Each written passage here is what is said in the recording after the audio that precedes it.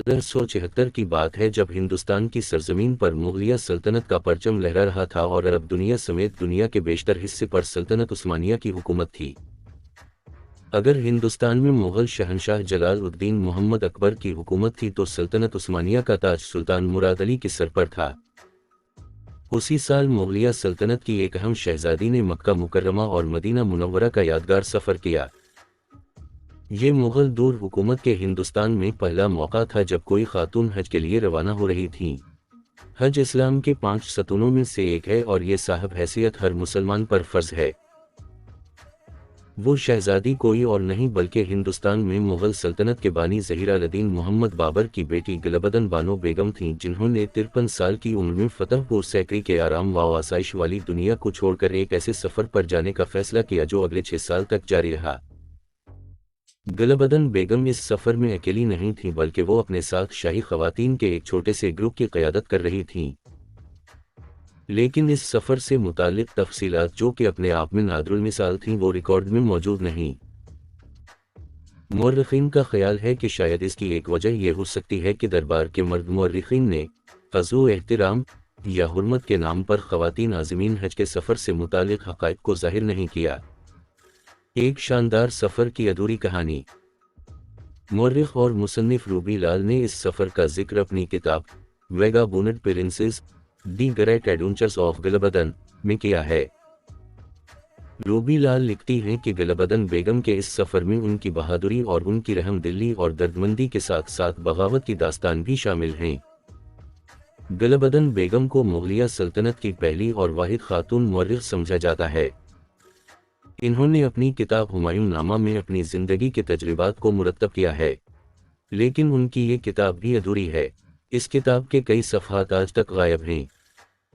اپنی کتاب کے لیے تحقیق کے دوران روبی لال نے بہت سی دیگر دستاویزات کی ورق گردانی کی ہے جن میں سلطنت عثمانیہ کی تاریخ، فارسی کے مخطوطے اور مغل نسخے شامل ہیں۔ وہ کہتی ہیں کہ گلبدن ایک ایسے وقت میں لکھ رہی تھیں جب مورخین کے لیے شاہی شخصیات کے لکھے ہوئے کاموں کی کاپیاں بنانا عام تھا، لیکن گلبدن کی کتاب کی ایک بھی مکمل کاپی دستیاب نہیں ہے۔ اپنے آپ میں اس انوکھے سفر پر اتنی طاقتور خاتون کی خاموشی بہت کچھ کہہ دیتی ہے۔ طاقت کے مرکز سے دوری۔ گلبدن بابر کی تیسری اہلیہ دلدار بیگم کے بطن سے سنہ 1523 میں کابل میں پیدا ہوئی تھیں۔ گلبدن کی پیدائش کے وقت بابر گھر سے دور تھے اور ہندوستان پر حملہ کرنے کا منصوبہ بنا رہے تھے۔ جب ان کی مہمات شروع ہوئیں تو بابر کا گھر میں آنا کم ہو گیا۔ گلبدن کو جلد ہی ان کی دوری کی عادت پڑ گئی، لیکن گھر کے طاقتور ترین فرد سے گاہے بگاہے ملاقاتوں کا سلسلہ جاری رہا۔ والد بابر کے بعد سوتیلے بھائی ہمایوں اور بھتیجے اکبر سے ان کی ملاقاتوں کا سلسلہ جاری رہا۔ لیکن جب شاہی خاندان کے مرد اپنی سلطنتوں کو بڑھانے کے لیے جنگیں لڑ رہے تھے، گلبدن مضبوط عورتوں کے سائے میں پروان چڑھ رہی تھیں۔ یہ مضبوط خواتین بابر کی والدہ، خالہ، بہنیں، بیگم اور ان کی بیٹیاں تھیں۔ ان خواتین کا درباری سرگرمیوں میں اہم کردار دیکھا گیا ہے۔ انہوں نے بادشاہوں اور شہزادوں کے ساتھیوں اور مشیروں کا کردار ادا کیا ہے۔ گلبدن کے بچپن میں بھی سفر ایک خاص اہمیت تھی۔ 6 سال کی عمر میں وہ پہلی مغل خاتون بنیں جنہوں نے کابل سے آگرے کا سفر کیا۔ بابر نے آگرے کو اپنا پائے تخت بنایا تھا۔ اس کے بعد جب ہمایوں کو افغان بادشاہ شیر شاہ سوری کے ہاتھوں شکست ہوئی تو وہ ایک شادی شدہ خاتون کے طور پر کابل واپس پہنچیں۔ اس کے دور دراز کے سفر مہینوں تک جاری رہتے تھے۔ گلبدن بیگم نے شاہی خاندان کی دیگر خواتین کے ساتھ پہاڑی راستوں سے پرخطر سفر کیا۔ ان اسفار کے دوران انہیں دشمنوں کے ساتھ ساتھ بہت سی دوسری مشکلات کا بھی سامنا کرنا پڑا تھا۔ روبی لال کہتی ہیں، مغلیہ خواتین خانہ بدوش طرز زندگی کی عادی تھیں۔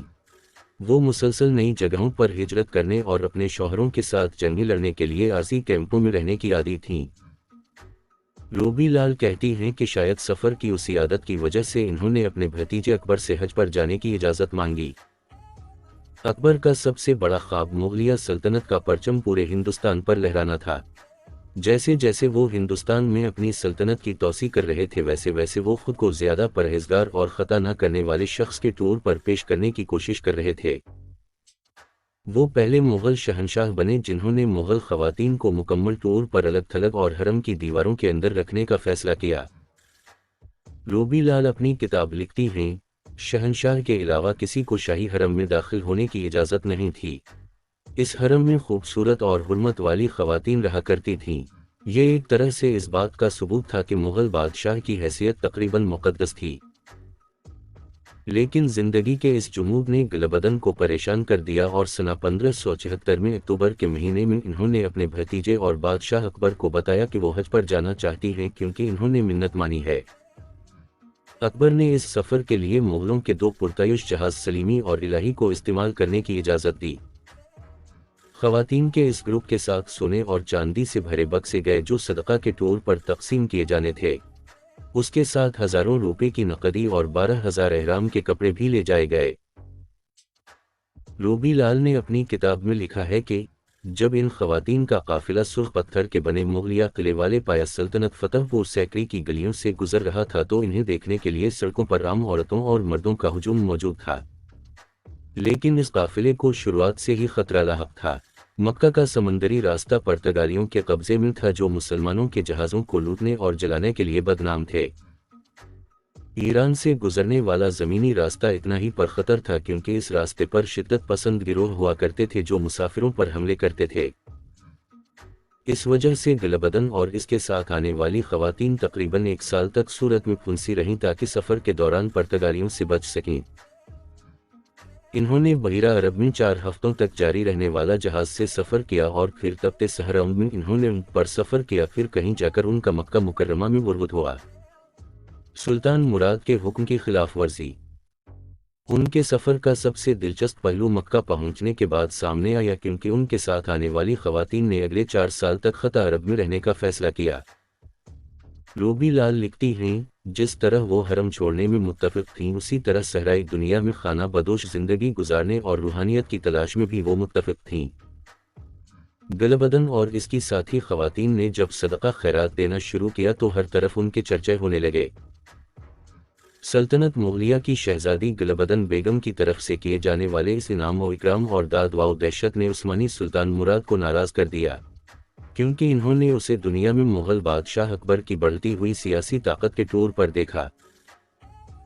ایسے میں سلطان نے اپنے لوگوں کو یک کے بعد دیگر 4 شاہی فرمان کے ساتھ بھیجا جس میں گلبدن بیگم اور ان کے ساتھ آنے والی مغل خواتین کو خطہ عرب سے نکل جانے کا حکم تھا۔ لیکن گلبدن نے ہر بار سلطنت عثمانیہ کے فرمان روا بادشاہ مراد کے حکم کو ماننے سے انکار کر دیا۔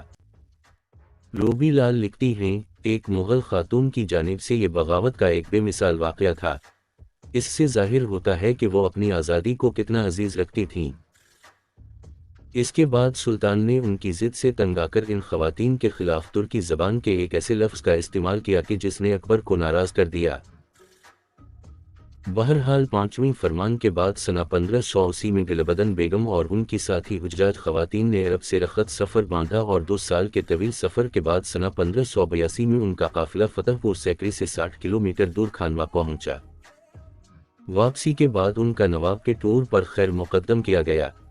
یہی نہیں، اکبر نے ان سے مغل تاریخ اکبرنامہ میں حصہ ڈالنے کو بھی کہا اور اس طرح وہ واحد خاتون رہیں جنہوں نے مغل سلطان کی اس تاریخ میں تعاون کیا۔ اگرچہ گلبدن بیگم کے اس سفر کا ذکر اکبرنامہ میں تفصیل سے ملتا ہے لیکن ان کے عرب دنیا میں گزارے گئے وقت اور سلطان مراد کی طرف سے ان کی بے دخلی کے متعلق واقعات کا کوئی ذکر نہیں ہے۔ یہی نہیں، یہ ذکر کہیں اور بھی نہیں ملتا ہے۔